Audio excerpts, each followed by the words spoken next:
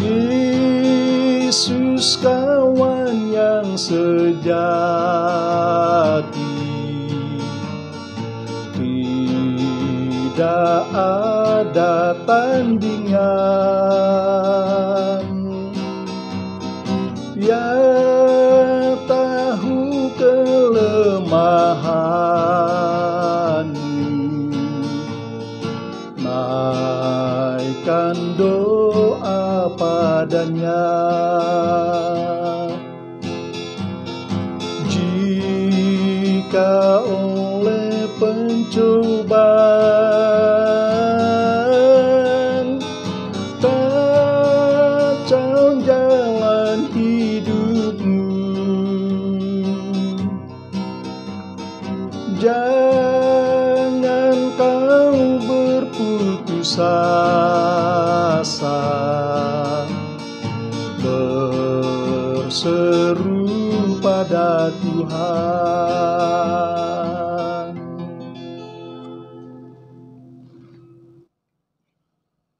Bapa kami yang ada di surga, Bapa yang kami sembah di dalam nama Tuhan Yesus Kristus, Tuhan Juru Selamat kami yang hidup, kami mengucap syukur kepadamu pada pagi hari ini, karena Engkau telah memberkati hari ini menjadi berkat bagi kami, serta memberkati tubuh, jiwa, dan roh ini, untuk menikmati berkat dan anugerah-Mu di bawah matahari yang indah ini. Kami sungguh merasa bersorak-sorai selama-lamanya, karena Engkau menaungi kami dengan kuasa-Mu, yang memberi kami kekuatan dan kemenangan dari segala rintangan yang kami lalui selama ini. Terima kasih ya Tuhan, atas berkat pengudusan dan pengampunan-Mu bagi kami dari segala dosa dan pelanggaran kami. Kami mengakui bahwa kami adalah manusia yang lemah yang selalu berdosa kepadamu. Oleh karena berkat kesetiaan-Mu dan kasih-Mu yang tak terhingga, kami dapat menjalani hidup ini sampai selama-lamanya. Terima kasih ya Tuhan, di dalam nama Tuhan Yesus Kristus, kami berdoa dan mengucap syukur. Amin. Shalom. Selamat pagi dan selamat bertemu kembali di dalam pembacaan firman Tuhan kepada semua umat Tuhan dimanapun kita berada pada pagi hari ini.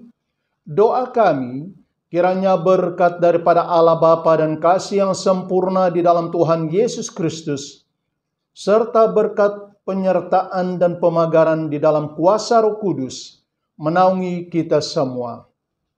Mari jemaat Tuhan kita membaca firman Tuhan di dalam Yeremia pasal yang ke-9 ayat yang ke-13 sampai ayat yang ke-16. Demikianlah firman Tuhan. Berfirmanlah Tuhan, oleh karena mereka meninggalkan Tauratku yang telah kuserahkan kepada mereka, dan oleh karena mereka tidak mendengarkan suaraku dan tidak mengikutinya, melainkan mengikuti kedegilan hatinya, dan mengikuti para Baal seperti yang diajarkan kepada mereka oleh nenek moyang mereka. Sebab itu, beginilah firman Tuhan semesta alam, Allah Israel, sesungguhnya aku akan memberi bangsa ini makan ipu dan minum racun. Aku akan menyerahkan mereka ke antara bangsa-bangsa yang tidak dikenal oleh mereka atau oleh nenek moyang mereka. Dan aku akan melepaskan pedang mengejar mereka sampai aku membinasakan mereka. Jemaat yang dikasihi oleh Tuhan, dari kebenaran firman Tuhan yang telah kita baca pada pagi hari ini, saya membawa kita merenungkan sebuah tema, kembalilah kepada Tuhan. Jemaat yang dikasihi oleh Tuhan Yesus Kristus, dalam Yeremia pasal yang ke-9, ayat yang ke-12 sampai ayat yang ke-26 ini, Nabi Yeremia mengajak pendengarnya untuk membayangkan kehancuran Yerusalem di masa yang akan datang. Ia mengajukan pertanyaan seolah-olah perkara itu sudah terjadi dalam ayat yang ke-12. Apakah sebabnya negeri ini binasa tandus seperti padang gurun? Yeremia memberi jawaban seperti yang Tuhan sampaikan kepadanya, karena bangsa Yehuda telah meninggalkan Tuhan dan telah meninggalkan Tauratnya. Dosa ini bukan hanya dilakukan oleh nenek moyang mereka, tetapi dilakukan oleh beberapa generasi, sehingga murka Tuhan dilampiaskan kepada generasi dan generasi yang hidup di dalam kekerasan hati, yang tidak takut akan Tuhan, dan tidak mengindahkan Taurat Tuhan di dalam kehidupan mereka. Tuhan sudah beberapa kali berseru dan berfirman kepada mereka, agar mereka mendengar dan kembali dan bertobat, namun mereka tidak mengindahkannya. Jemaat yang dikasihi oleh Tuhan, kita dapat melihat apakah akibatnya jikalau suku Yehuda tetap mengeraskan hati dan tidak mau mendengarkan firman Tuhan. Kita melihat yang pertama, mereka dibiarkan oleh Tuhan diserang oleh musuh-musuh mereka. Dalam ayat yang ke-19, ayat yang ke-21 sampai ayat yang ke-22 berkata, sebab terdengar ratapan dari Sion, wahai binasalah kami sangat dipermalukan, sebab kami harus meninggalkan negeri ini, karena rumah-rumah kediaman kami dirobohkan orang. Maut telah menyusup ke jendela-jendela kita, masuk ke dalam istana-istana kita. Ia melenyapkan kanak-kanak dari jalan, pemuda-pemuda dari lapangan. Mayat-mayat manusia berhantaran, seperti pupuk di ladang, seperti berkas gandum di belakang. Orang-orang yang menuai tanpa ada yang mengumpulkannya. Jemaat yang dikasihi oleh Tuhan, mereka diserang oleh bangsa asing dan banyak yang terbunuh.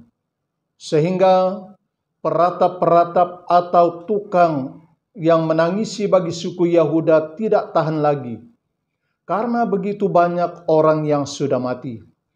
Tuhan tahu bahwa keadaan itu amat ngeri bagi mereka. Tetapi Tuhan mau membiarkannya agar suku Yehuda kembali kepada Tuhan, karena semuanya terjadi karena kekerasan hati mereka sendiri. Jemaat yang dikasihi oleh Tuhan Yesus Kristus, kita tidak harus menunggu kengerian terjadi, barulah kita mau kembali dan bertobat kepada Tuhan. Syukur kalau kita masih diberi kesempatan, dalam kondisi kita masih dapat bergerak dan berkata-kata. Oleh karena itu, marilah kita mendengar serta memperhatikan firman Tuhan yang berbisik kepada kita setiap hari, karena Tuhan mempunyai tujuan yang baik untuk kehidupan kita. Lalu yang kedua, apakah akibatnya jikalau suku Yehuda mengeraskan hati dan tidak kembali dan bertobat kepada Tuhan? Yang tersisa dibawa keluar untuk ditawan. Dalam ayat yang ke-16 berkata, aku akan menyerahkan mereka ke antara bangsa-bangsa yang tidak dikenal oleh mereka atau oleh nenek moyang mereka, dan aku akan melepaskan pedang mengejar mereka sampai aku membinasakan mereka. Jemaat yang dikasihi oleh Tuhan, memang sangat ngeri penghukuman Tuhan. Sesungguhnya hal itu tidak mengherankan, karena Tuhan telah memperingatkan mereka melalui perantaran Nabi Musa di dalam kitab Ulangan, pasal yang ke-19 ayat yang ke-18. Firman Tuhan berkata, sebab itu janganlah di antaramu ada laki-laki atau perempuan, kaum keluarga atau suku yang hatinya pada hari ini berpaling meninggalkan Tuhan, Allah kita untuk pergi berbakti kepada Allah bangsa-bangsa itu. Janganlah di antaramu ada akar yang menghasilkan racun atau ipuh. Jemaat yang dikasihi oleh Tuhan, Tuhan telah memperingatkan mereka berulang-ulang, namun mereka masih mengeraskan hati mereka. Artinya, Tuhan bukan mau menghukum mereka dengan cara yang begitu rupa, tetapi oleh karena kedegilan hati mereka, maka Tuhan mengajar mereka dengan dua hukum ini. agar mereka sadar dan kembali dan bertobat kepada Tuhan. Jemaat yang dikasihi oleh Tuhan Yesus Kristus, peringatan ini sangat relevan bagi kita sampai pada saat ini. Tuhan masih berseru dengan suara yang lemah lembut dan sungguh berkuasa agar umat Tuhan yang masih mengeraskan hati dapat mendengar dan kembali dan bertobat kepada Tuhan. Dalam belas kasihan-Nya, Tuhan juga menawarkan jalan keluar bagi kita untuk terlepas dari kesusahan ini, jikalau kita mau kembali kepadanya. Nah, kalau kita membaca di dalam Perjanjian Baru, dari 1 Yohanes pasal yang pertama, ayat yang ke-9 sampai ayat yang ke-10, firman Tuhan berkata, "Jika kita mengakui dosa kita, maka Ia adalah setia dan adil, sehingga Ia akan mengampuni segala dosa kita dan menyucikan kita dari segala kejahatan.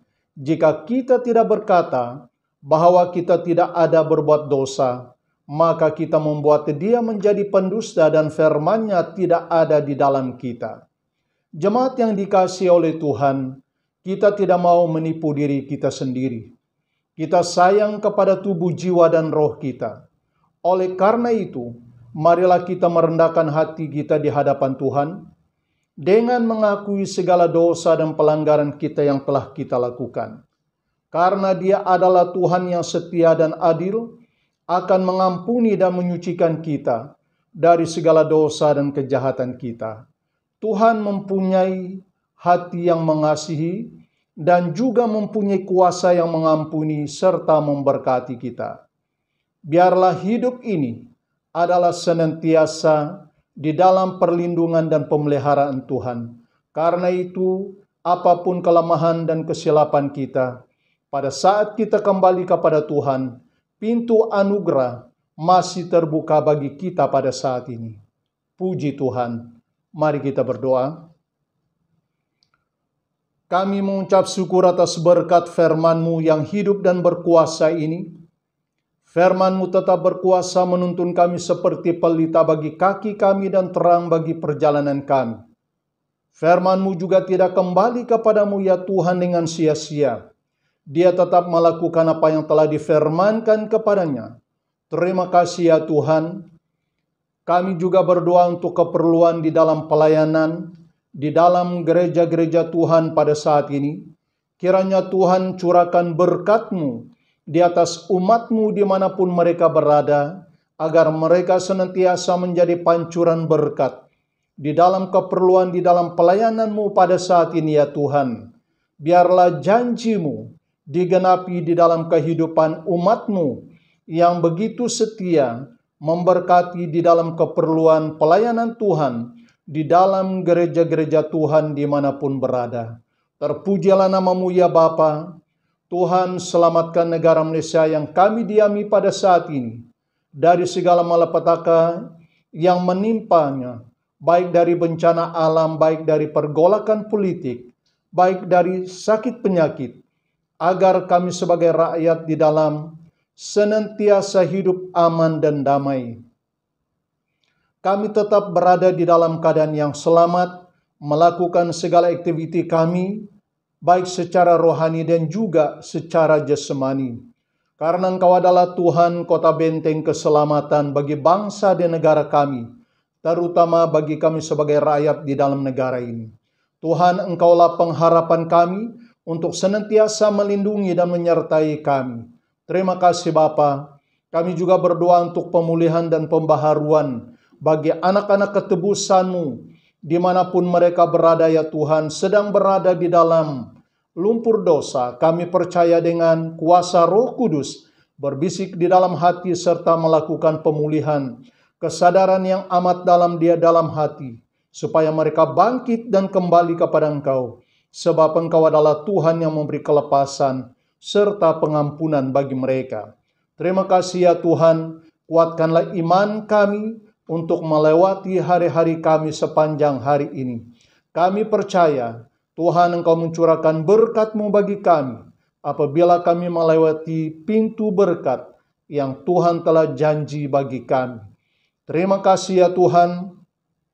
karena Engkau berkenan untuk mendengar serta memberkati doa yang kami pinta kepadamu. Di dalam nama Tuhan Yesus kami berdoa dan mengucap syukur. Amin.